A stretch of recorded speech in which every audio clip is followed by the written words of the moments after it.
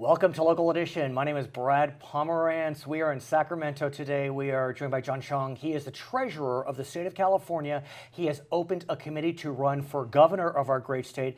That election will be held in 2018.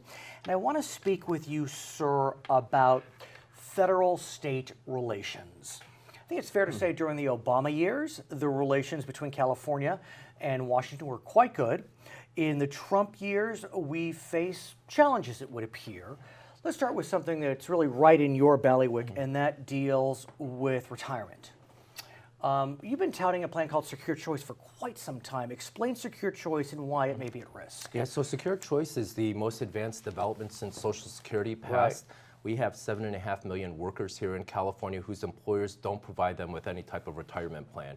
So what Secure Choice would have done is provided these employees with an opportunity to participate in a program. It'd start off with treasuries and then later in an IRA. To meet the objections of the California Chamber of Commerce, we went back to the White House. The Department of Labor got a rule that said the employers are not subject to ERISA liability, but now Congress wants to take that back and put the plan possibly in jeopardy. Why?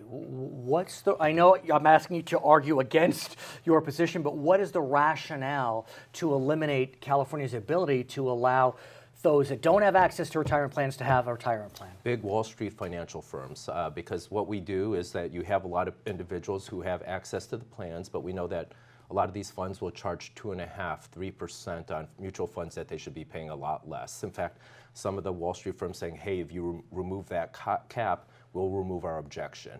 Here you have, a lot of low-income workers, especially women and people of color who don't understand financial products that well. We want to give them better choices. But is Wall Street offering private individuals retirement plans? They have, well, you can select in your IRA some type of plan. So they're afraid of, with the California plan, we would give limited options, and obviously we would try to give a price advantage for those people who participate in those plans. But that's just economies of scale. I mean, you would think that this would be of benefit to Wall Street. I don't know, I'm simple. Yeah. But if you have more people investing in retirement, if you're creating accessibility to retirement plans, that should benefit Wall Street. You have a powerful argument. We're making that same argument. It's like these people are not participating in your plans today. At all. Right, and you want them to start saving, and then they could choose to opt out later on and use more sophisticated products.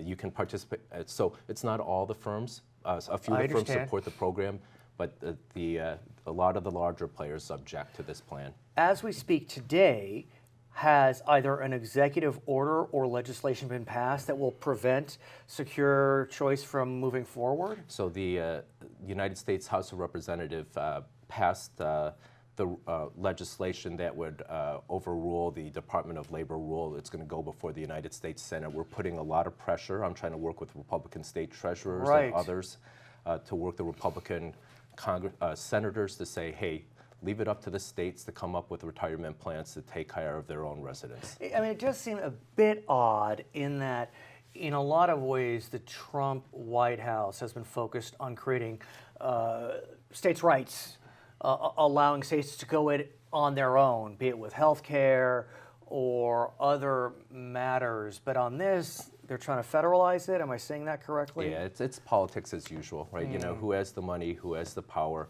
We have people struggling today here in California. We have people struggling.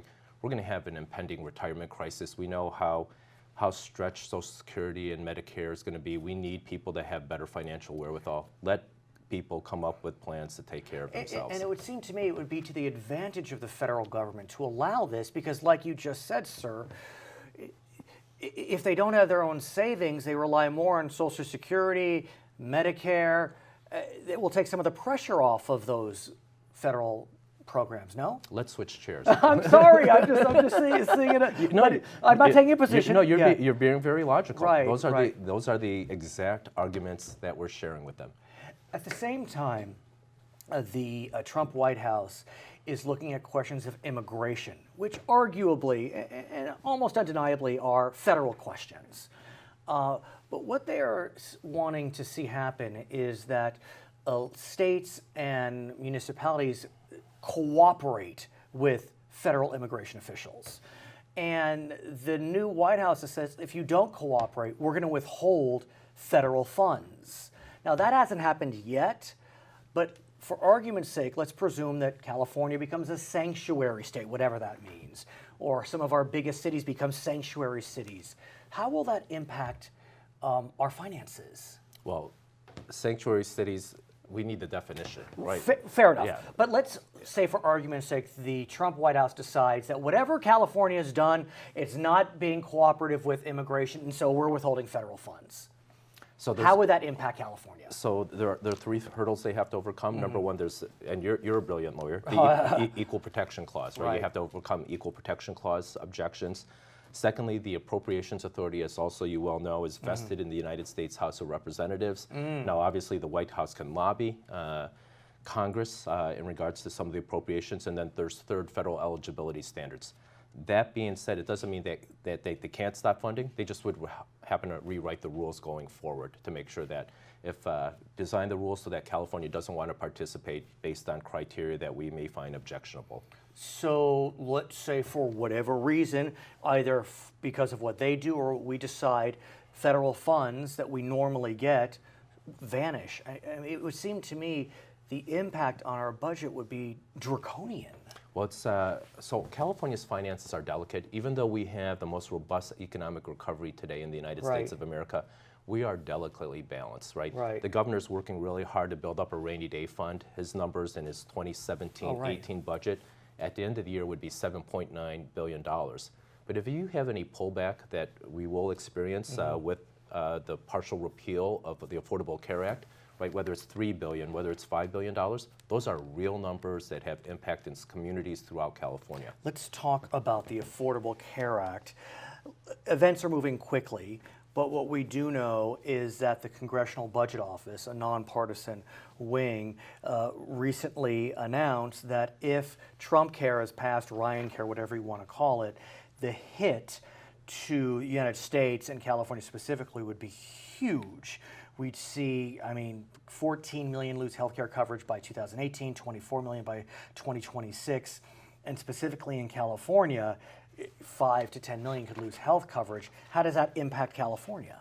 Dramatically, right? It's a state of 39.5 million people. Could you see 5 million people, let's just take the low end of it, lose access to health care? Instead of what we are starting to develop, they end up back in the emergency rooms. So there would be that cost shift from the federal government back to the state of California. And as I mentioned again, circling back, our finances, even though healthier, are still rather delicate. We have some discussion in the legislature about creating what's known as a single payer system. Now, this is not government-run health care. It's not as if the doctors are all of a sudden state employees. It's simply that the state would act as the bank, I guess you could say. What do you think about the discussions surrounding single payer? So I like the idea, right? Because part of this is how do you drop the costs? Who's going to negotiate? Whose benefit are you going to negotiate for? The mechanics have always been really challenging. So it's like, how do you finance this, right? Because we're talking about a possible tax on the employee, a tax on the employer. So can we make it work? But before we even get to that point, we have to preserve as much dollars we can from the federal government. We get about $66 billion in Medi-Cal dollars from the federal government. If we have a reduction, right, to get to that place where you have single payer, right, it makes it more difficult to try to finance a system. He is John Chiang. He is the treasurer for the state of California, candidate for governor of our great state. My name is Brad Pomerance. This is Local Edition. Yes, anybody.